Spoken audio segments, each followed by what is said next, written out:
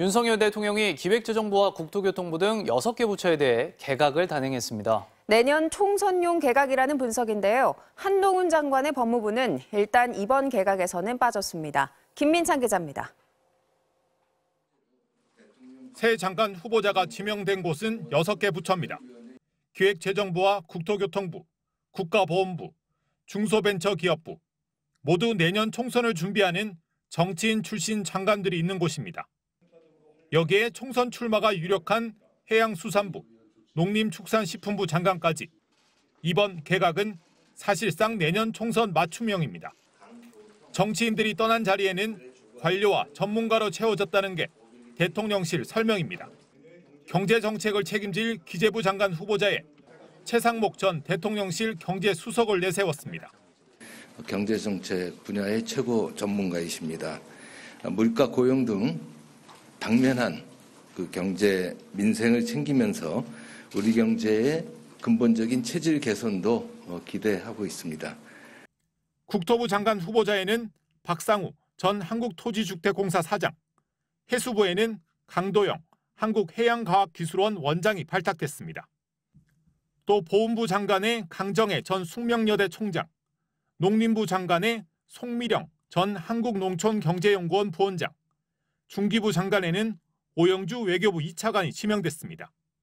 대통령실은 새 장관 후보자 6명 중 3명이 여성이라는 점을 강조했습니다. 서울대, 50대, 남성을 뜻하는 서오남 인선에서 탈피하기 위해 고민한 것으로도 알려졌습니다.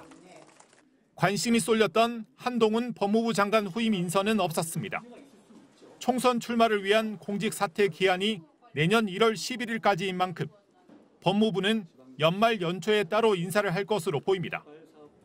이번 인사는 윤 대통령 취임 이후 가장 큰 폭의 개각으로 대부분 경제 관련 부처 장관들이 교체됐습니다. 대통령실은 민생 정책을 강조하겠다는 의미라고도 설명했습니다. MBC 뉴스 김민찬입니다. 우리 정부가 미국을 통해 우크라이나에 간접적으로 포탄을 지원하게 된 배경을 미국 워싱턴 포스트가 보도했습니다. 이 신문은 특히 한국의 포탄 공급량이 모든 유럽 국가의 공급량을 합친 것보다 많다고 전했습니다. 워싱턴에서 왕종명 특파원입니다. 워싱턴 포스트는 우크라이나 전쟁의 교착 상황을 정리하는 기사에서 한국산 155mm 포탄이 우크라이나에 간접 지원된 뒷얘기를 소개했습니다. 보도에 따르면 올해 초 바이든 미국 정부는 우크라이나에 155mm 포탄을 공급하는 게 큰 과제로 등장했습니다.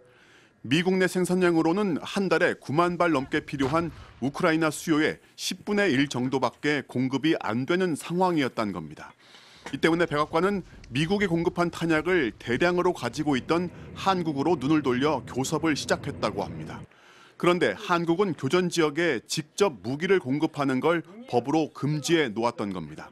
대신 간접 지원일 경우 수용이 가능하다는 게 한국 정부의 입장이라서 올해 초부터 우크라이나가 아닌 미국으로 포탄이 이송되기 시작했다는 게 워싱턴 포스트의 보도 내용입니다. 미국 국방부하고 우리 업체 간에 수출 협의가 진행 중이고 미국을 최종 사용자로 한다는 그 전제 변함이 없다. 이 신문은 결과적으로 한국은 모든 유럽 국가의 공급량을 합친 것보다 더 많은 포탄을 우크라이나에 공급한 나라가 됐다고 보도했습니다. 대신 한국에서 이송된 포탄량을 구체적으로 거론하지 않았고 이 포탄이 곧바로 우크라이나 전장으로 갔는지 아니면 미국이 자신들의 무기고를 채우고 기존 재고 물량을 우크라이나에 공급한 것인지에 대해서도 분명한 내용이 담겨 있지 않습니다. 또 다른 신문은 미국은 한국의 포탄을 받아 우크라이나에 전달하는 방식으로 공급하고 있고 이 때문에 논란 많은 집속탄 지원도 미룰 수 있게 됐다고 전했습니다. 워싱턴에서 MBC 뉴스 왕종명입니다. 국내 유명 로펌에 소속된 50대 변호사가 아내를 살해한 혐의로 경찰에 붙잡혔습니다.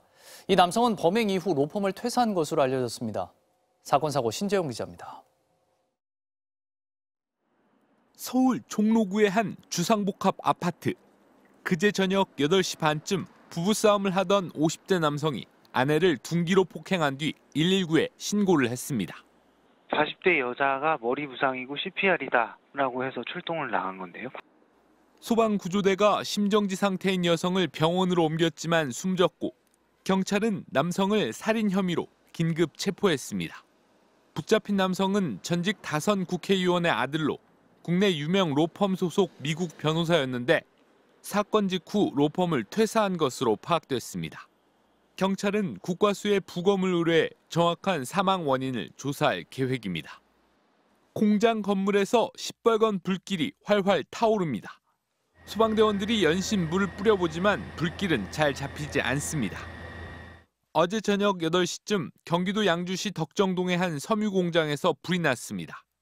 소방당국은 신고 20여 분 만에 인근 소방서의 장비와 인력을 모두 동원하는 대응 2단계를 발령하고 진화에 나서 밤 10시쯤 큰 불길을 잡았습니다. 이 불로 다친 사람은 없었지만 작업자 4명과 거주자 3명이 대피했으며 5시간 동안 건물 2개 동이 완전히 탔습니다. 경찰과 소방당국은 섬유기계 연통에서 불꽃이 보였다는 진술을 토대로 화재 원인과 피해 규모를 조사할 방침입니다. 어제 낮 5시쯤 경북 고창군의 한 복분자주 제조 공장에서 불이 났습니다. 다친 사람은 없었지만 불은 공장 300여 제곱미터 등을 태워 소방서 추산 4,200만 원의 재산 피해를 내고 50여 분 만에 꺼졌습니다. 경찰과 소방당국은 정확한 화재 원인을 조사하고 있습니다.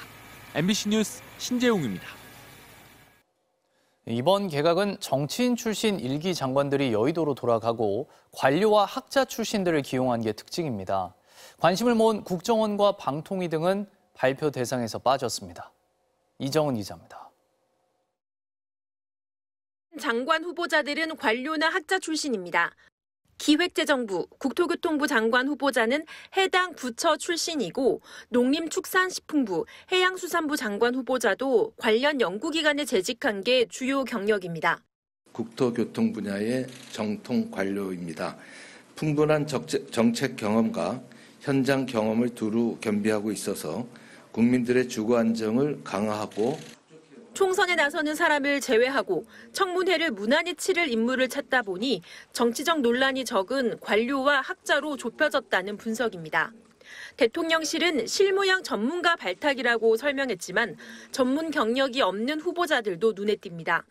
경영학을 전공한 강정혜 전 숙명여대 총장, 외교관 출신인 오영주 외교부 2차관에 대해선 경력과 연관성이 없어 보이는 부처 장관직에 적절하냐는 비판이 제기됐습니다.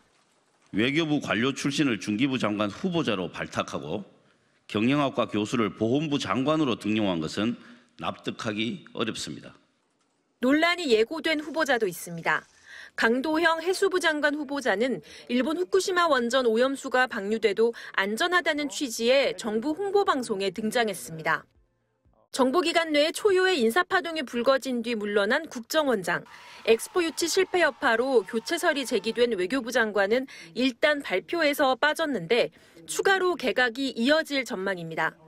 이동관 전 방통위원장 후임으로 법조인 출신의 이상인 방통위원과 김홍일 국민권익위원장이 거론되지만 당사자들이 모두 고사해 난항을 겪는 것으로 전해졌습니다.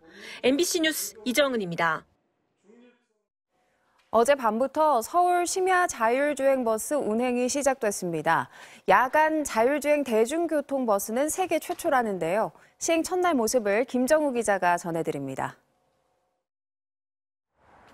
어젯밤 서울시가 새로 선보인 심야 전기 자율주행 버스가 첫 운행을 앞두고 승강장에 섰습니다. 이 심야 자율주행 버스는 합정역에서 동대문역을 달리는 중앙버스 전용차로 구간 9.8km를 달립니다. 버스가 출발하자 운전기사가 손을 대지 않는데도 핸들이 좌우로 움직입니다. 연구원의 노트북 화면에는 버스 인근에서 움직이는 사물이 표시됩니다. 주변 사람이나 사물을 인식하고 신호정보도 실시간으로 받아 스스로 주행하는 겁니다.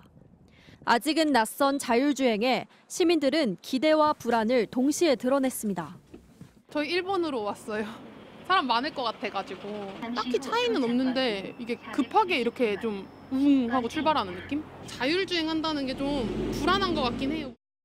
승차감에 대한 지적과 함께 중간에는 그냥 일반 버스 타는 것 같다라는 생각이 들었었고 중간중간 급정거를 하는 게 몇 번 있었는데 그런 부분은 좀 개선되면 좋을 것 같다. 돌발 상황에 대한 우려도 나왔습니다. 취객들 문제가 될 수 있을 것 같아요. 기사분이 계시다면 좀 통제가 어느 정도 들어가잖아요. 근데 그런 게 없을 수 있으면 또 시민이 나서야 되니까. 밤 11시 반에 출발하는 이 버스는 다음 날 오전 5시 10분까지 운행합니다. 교통카드를 대야 하지만 당분간은 무료입니다. 안정화될 때까지는 무료로 시민들과 함께 여러분이 체험해 볼 수 있도록 운행을 할 예정이고요. 내년 상반기부터 유료 운행을 정식으로 시작할 예정입니다. 서울시는 버스 입석을 금지하고 시험 운전자 등 특별 안전요원을 버스에 탑승하게 할 예정입니다.